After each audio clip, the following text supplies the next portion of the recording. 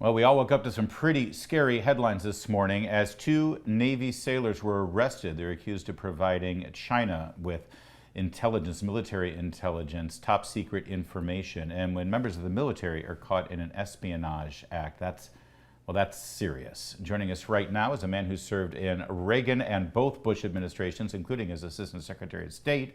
And he's now the spokesperson for our friends over at AMAC, and a former Naval Intelligence Officer himself, Robert Charles. Thank you, Robert, for joining us on this. This is deeply disconcerting, isn't it? It certainly is, Larry, and you put your finger on it. The Chinese are trying to penetrate the Pentagon, trying to penetrate our military, and that's the number one concern. The number two concern is how this went on for 2 years in one case and a year in another case. And I'm going to make the argument, and I think there's a factual grounding for it, that we've turned our attention from readiness to wokeness in the Pentagon. We've failed to understand, and this guy C.Q. Brown, who's up, would be the epitome of wokeness. He's up to be the chairman of the Joint Chiefs. The reality is we're not focused on readiness. Our recruiting is down, our retention is down, and obviously the training on counterespionage is down.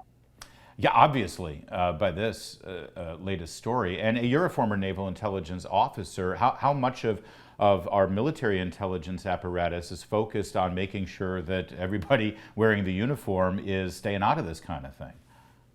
Well, we were trained regularly. I mean, to be quite honest, Larry, it was a ritual event, just like you have to practice a language or practice a skill set. We were always, as intelligence officers, and I was an officer, enlisted would be subject to the same training.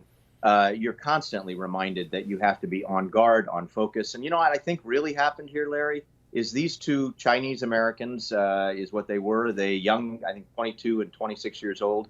I wouldn't be surprised that they looked out and they saw, look, the commander-in-chief is taking down tens of millions of dollars from China in ways that appear to be clandestine. He's not telling the truth about it. Maybe we take our piece, Yeah. And I'm sorry to say part of that is coming from the commander-in-chief.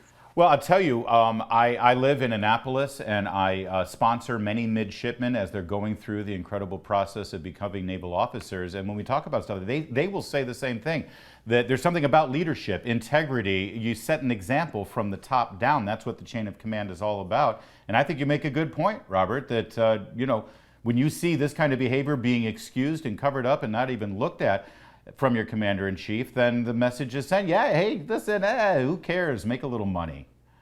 That's right. No, you're spot on. Look, chain of command is a real thing. Leadership is a real thing. I worked for Colin Powell. I worked for Ronald Reagan.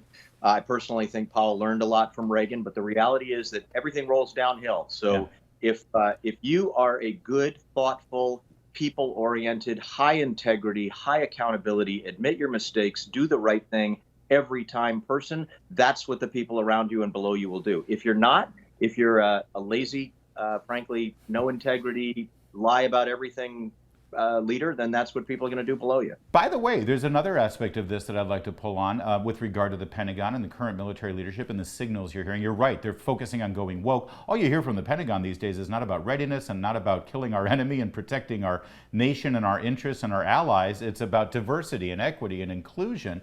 But even more so, we had the disastrous pullout of Afghanistan that led to the horrific murder, the unnecessary murder of 13 service members, and not one person was fired from the Pentagon or anywhere in the chain of command having to do with that disaster.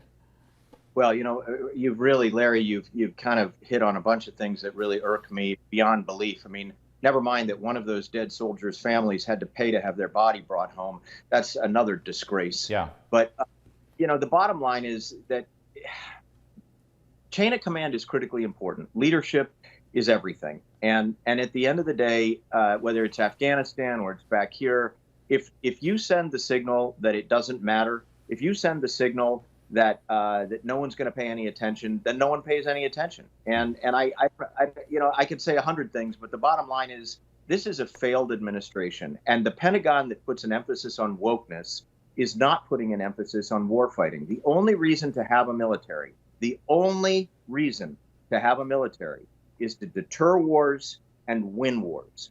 If you refocus it on trying to get drag queens and transgender business and all this nonsense going on, do you think any of our enemies are doing that?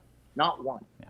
And bottom line is you either have a Pentagon to win or you don't have one. Critically important point there, and well said, Robert Charles. If I could pivot to one other part of this story that isn't getting enough attention, but I'm pretty sure you're poised and ready to hit it. You served under President Reagan and the first President Bush when we were still in the Cold War. And if at the time we got a story that members of our military had been caught up in an espionage ring with the Soviet Union, it would be bad. But we would kind of understand it because we're in a Cold War. We spy on them, they spy on us. You know, we're enemies. The difference here is we weren't manufacturing products in Moscow. We didn't have major corporations making cell phones and making T-shirts for Walmart, you know, outside of St. Petersburg. We didn't pretend that the Soviet Union was our partner, that we could do business with them. How much more do we need to see from Communist China to know that they are our enemy? Look, absolutely, Larry. What they're doing, nobody wants to use the word enemy. This administration issued a national security strategy calling them a peer competitor. Well, we don't go fight wars. We don't fight wars with peer competitors. Okay, that's not the way that we think, and that's not the way that we should think as a military. The bottom line is we have made ourselves vulnerable by creating unnecessary dependence, economically and otherwise, and by sending, I think, very unclear signals about what we're going to do to defend our allies all over the world. And we need to clarify. I mean, number one, we need to create our own independent chains of supply chains and get out of the business of being dependent on an adversary, on an enemy. Yeah. Secondly, we need to be prepared to fight that enemy. And by the way, from Theodore Roosevelt or all the way back to the founding fathers and Thomas Jefferson and the Barbary Pirates, the way that you stop a war, and this is why every Democrat should be with us, the way that you stop a war is making crystal clear that you will fight it and you will fight it and you will win. And so the other party ought not start it. I want to point out something that my colleague John Hassan at Town Hall Media, part of the Salem Media Group, said on social media. Just 9 months ago, November of 2022, President Biden promised not to start a new Cold War with China. He made a big statement, we're playing friendly with China. Since then, we had the Chinese spy balloons over the U.S. We discovered a communist Chinese police station operating illegally in New York City. We found out that the Chinese plan to build a spy base in Cuba, just 90 miles off the coast of Florida.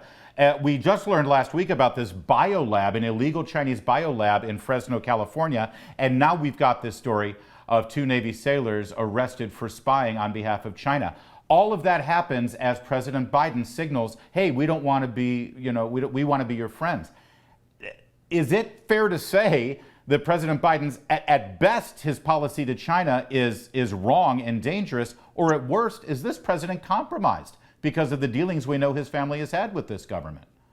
Yeah, look, you have to ask those questions, Larry, and the idea of compromise is a real question. I'm not saying Manchurian candidate, but I'm going to tell you that what he's done is we see the documents out of Treasury. We hear the whistleblowers. Yeah. He's accepted millions of dollars for something.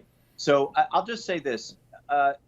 You said or dangerous, and I'm going to say definitely dangerous. Yeah. Appeasement is dangerous. When you telegraph weakness, it invites opportunists, and that's exactly what's going on here.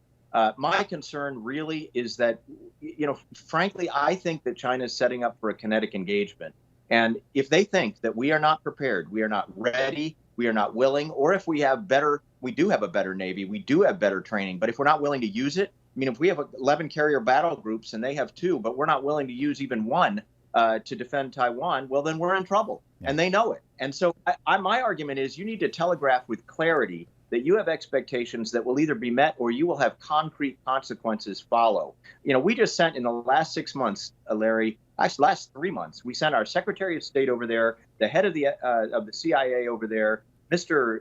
Weather Czar over there, and we got absolutely nothing back. Yeah. Tony Blinken went over there and asked for one thing. He just wanted a hotline in case an event triggers a potential war, and Xi publicly said no. Yep. So I say better be consequences to that, or we might as well just hand over the keys right now. You're right. By the way, we also sent Treasury Secretary Janet Yellen over there, and we got nothing. Right. And this is the time where we need to send those unequivocal messages, and also send the message that our military is ready for action, because that will then increase recruitment and readiness as well. It's a dangerous time. Robert Charles, thanks for joining us. Great insight. There's more to come on O'Connor tonight. You're watching Salem News Channel.